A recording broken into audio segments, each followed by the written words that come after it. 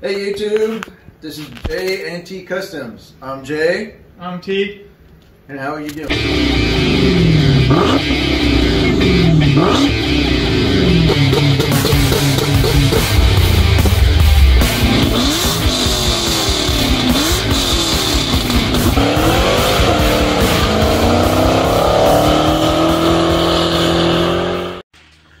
Okay YouTube, this is episode 4 of our 8.8 upgrade.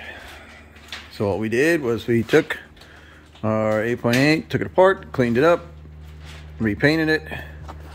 Now we're going to put in our bearings in here with our seals. They're over there. And some tools that you're going to need.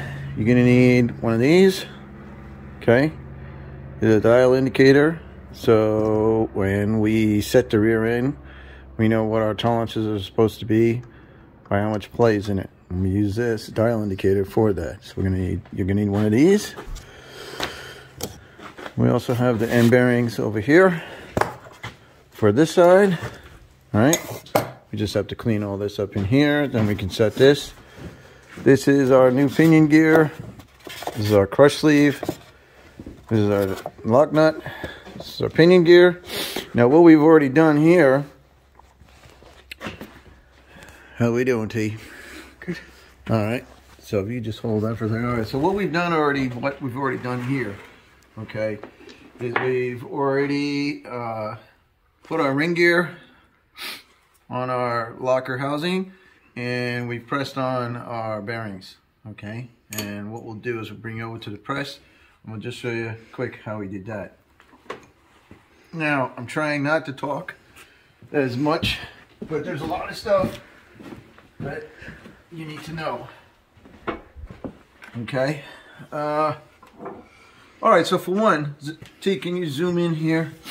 You'll see that this bearing is pressed below the sleeve right there. Okay, so there's a lip here. So this bearing has been pressed below the sleeve. Now, you don't want to sit down. Now, you don't want to push on this outer edge where the bearing sits, because that's what's moving, and this piece of steel you'll crush if you push down it. So you need to get something that is bigger than this edge, okay, so it sits on the bearing sleeve itself. What does that mean? That means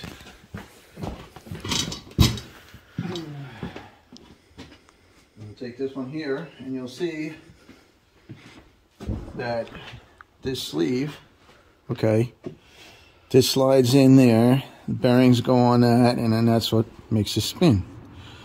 Okay, this is pretty stiff because I'm holding it wrong, but you can see how that moves. So what you want to do is you don't want to push on these because you'll crush this.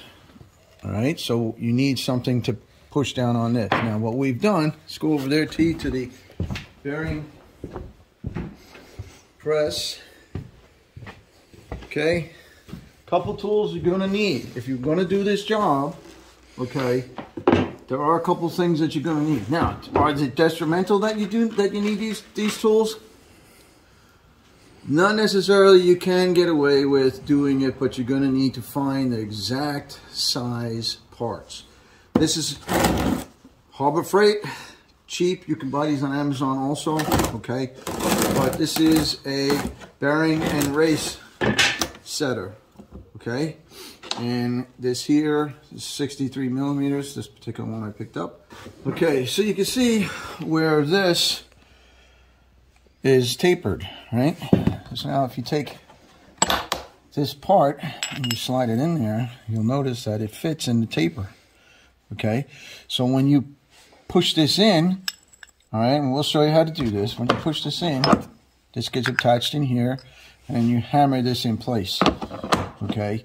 And that will push the bearing into the shaft where it goes. And we'll show you how to do that in a little bit. Now, if it's a smaller bearing, you can catch the outer edge, all right? And then this would fit. So this doesn't fit in here, all right, because there's bearings. But if you turn this around, okay, now when you put this in the end and you tap on this, this will push it in evenly instead of cocking it this way, this way, this way, this way. You want this to go in as evenly as possible.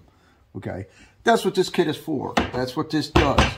Okay, and you take your time doing this stuff here because you do not want to put these in cockeyed or you will burn them up. Okay, they have to go in straight. All right, so this kit works well.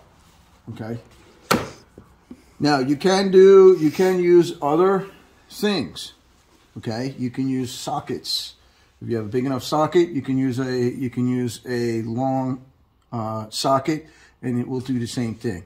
Again, this is JAT Custom Creations. We are doing this with in the garage. How does a guy do this stuff without without thousands and thousands of dollars of tools? Well, this is what we're trying to show you that you can do.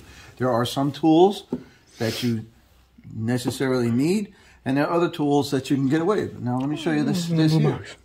When we put the bearing on, come on over and you'll see. Okay, when we put this bearing on, we used the bearing race kit, okay, that I just showed you, and we pushed it down. We put it on this edge here and we pushed it down. But the bearing itself, if you look underneath here, okay, real super close, that lip did not close down all the way because it was hitting this upper edge. So the upper edge. So it was hitting this upper edge. So we're down, this is like a few thousandths, and this needed to get pushed down all the way. So now what do?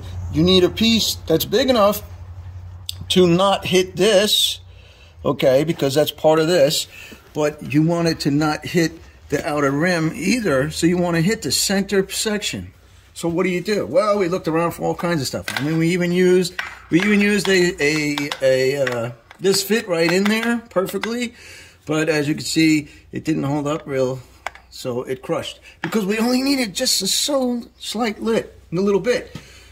So we looked around, what can we find? Well, I found an old hole saw. This is 1.25 inches. So what T did, he cut all the teeth off, right? He cut all the teeth right off it, smoothed it down, and it fit right in there. See that? See how that just sits right there, right on what we needed to sit. We pressed it down, went right down. So if you can't find the exact fitting that you need, make one. Okay, make one. This is a hole saw. Okay, and it's an 1.25 inch hole saw, and it fit right over what we needed, and it was able to push this right down, and we were done. Okay, so we didn't have to buy the $200 perfect tool setup for every bearing that you need. Okay, we improvised. We made one. Now the ring, we bolted down already. Okay, and I apologize. It was very cold yesterday, and we needed to get some work done. So I didn't do any videotaping. So unfortunately, the first few minutes of this video is going to be kind of long and listening to mumbo jumbo. But so the bearings are on both sides. Do the same thing. They have to get pressed on. Okay. Then these bolts here. Okay. Always use new ones. So when you buy ring gear or when you buy a kit, okay, this one came with a kit. All parts were in it. It's just a little scatter right now. Okay, these are all little parts here. You buy the kit, you get all new bolts.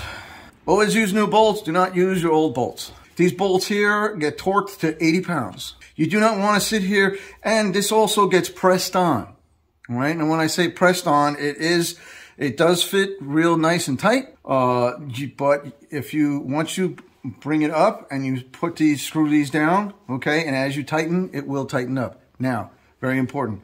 Do not just go 1, 2, 3, 4, 5, 6. No. Because if you just do that, what will happen is that your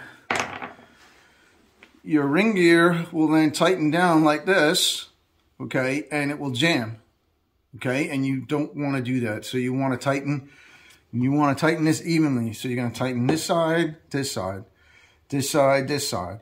this side, this side, this side, this side. So every side as you go around, okay, you're gonna do a star pattern, back and forth, back and forth, back and forth, back and forth. Okay, so what'll happen is that as you tighten down, this will gently go up like this until it's super tight. Okay, just like that.